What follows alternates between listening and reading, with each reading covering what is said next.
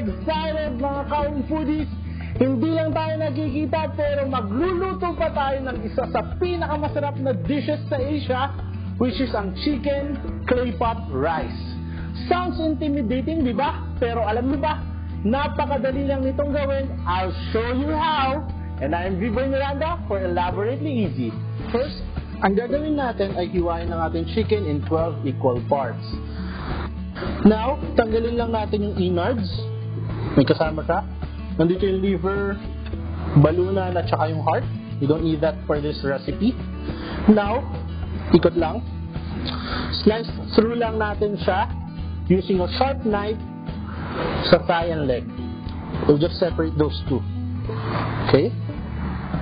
What I do is flip it. Dito sa point na to, crack it. Okay?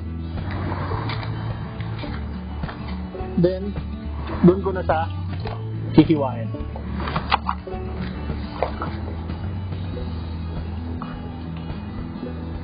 Side. So may bone. Half. You can discard this part. Drumstick to thigh. Another point here.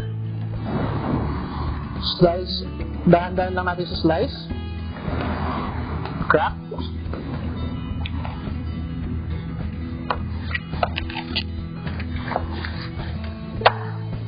Okay. Next natin is the breast and wings. Let's separate the wings from the breast part. You'll get some meat here. Then, some cartilage ulit. Make sure wag dun sa bone. Okay. Second wing.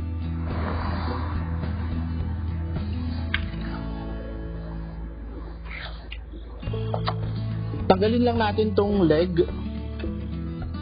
Backbone.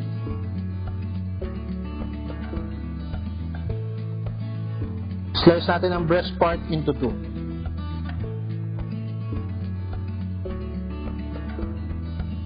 Then in half.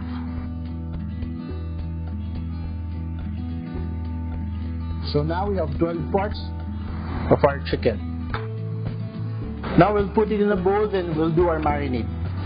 Ngayon mga ka-home foodies, ima-marinate naman natin ng ating manok. Lalagyan lang natin ang soy sauce sa isang bowl. Sweet soy. Yan. Para balance ang tamis at alat.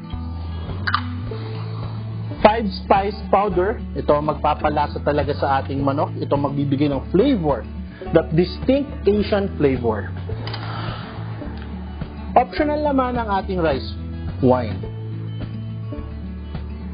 Stir lang natin ng konti before natin ilagay sa ating chicken. And now, buhos lang natin ng marinade sa chicken. Yan. Mapapansin nyo yung 5 spice powder, hindi talaga siya matutunaw, pero pag na-marinade na natin yan, masisip-sip naman siya or didikit yan sa ating chicken. Ang maganda sa marination ay yung flavor manunuot. So, we will do this for around 1 hour, at least 1 hour kailangan nating i-cover, then i-refrigerate para yung lasa talaga nuot na nuot. Make sure pantay lang and na-cover natin lahat ng skin, lahat ng meat. See, this is good. Make sure to cover our chicken para hindi humalo ang lasa or amoy nito sa iba pang products na nasa loob ng ating chiller. For 1 hour, let's chill it first. Slice lang natin ang ating mushrooms in half. Make sure muna na ito ay hydrated for at least 1 hour before slicing it, ha?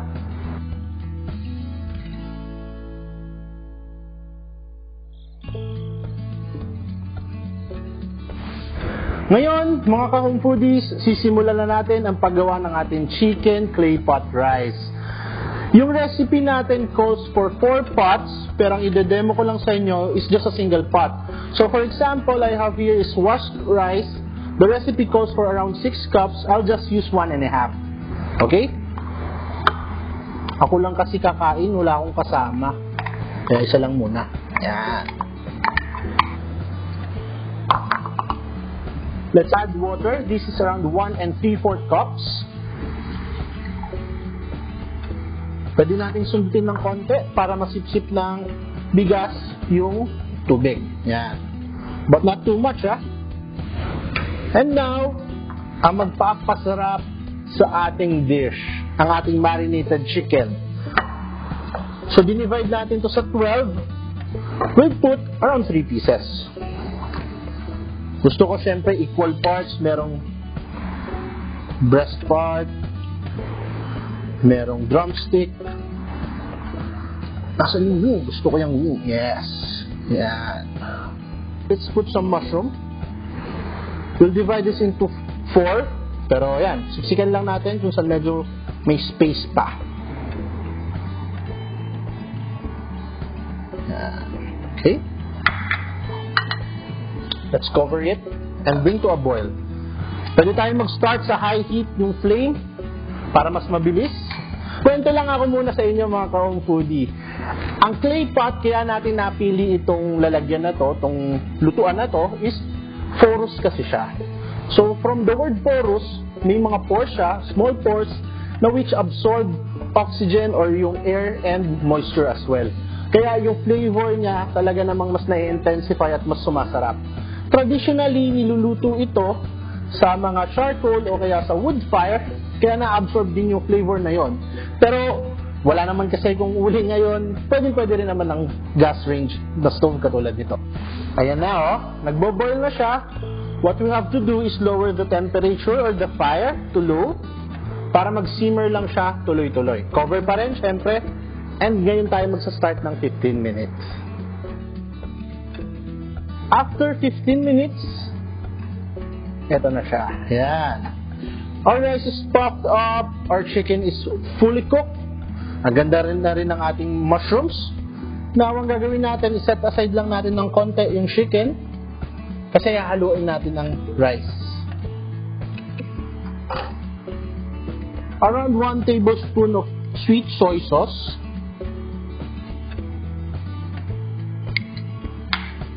Gamit lang tayo nito kasi medyo mainit. Then, halo lang.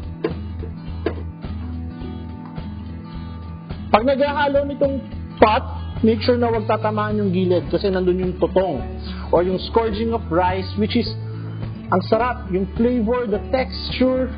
Oh, sa mga nagbebenta ng ganito, ito yung binabayaran.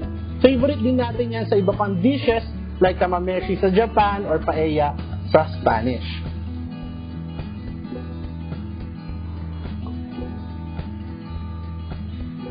I think this is okay.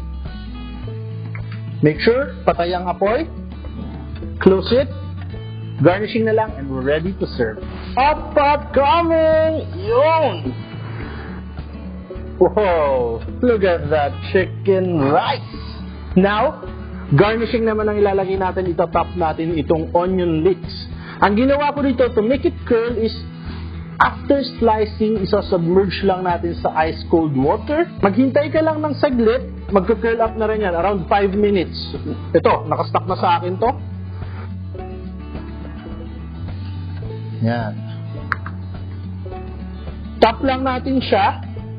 Yung residual heat ng ating pot ang magluluto pa sa ating onion leeks. May flavor pa rin yan, syempre ng oniony flavor. Yan, masarap na masarap. Look at that presentation, mga ka-home foodie. Mga ka-home foodies, hindi ba? Napakadali lang niyang gawin. Huwag kayong ma-intimidate sa mga ganitong klaseng recipes dahil lang sa title, pero kayang-kaya natin gawin yan. And again, I'm Vivo Miranda for Elaborately Easy. For more recipes, visit www.homefoodie.com. You can also like our Facebook, that's Home Foodie, and follow us on Instagram at HomeFoodiePH. Don't forget to like and subscribe to our YouTube channel and click the bell icon to get notified for new uploads. Dahil dito sa Home Foodie, walang imposible. Lahat kayang gawing ma-delicious.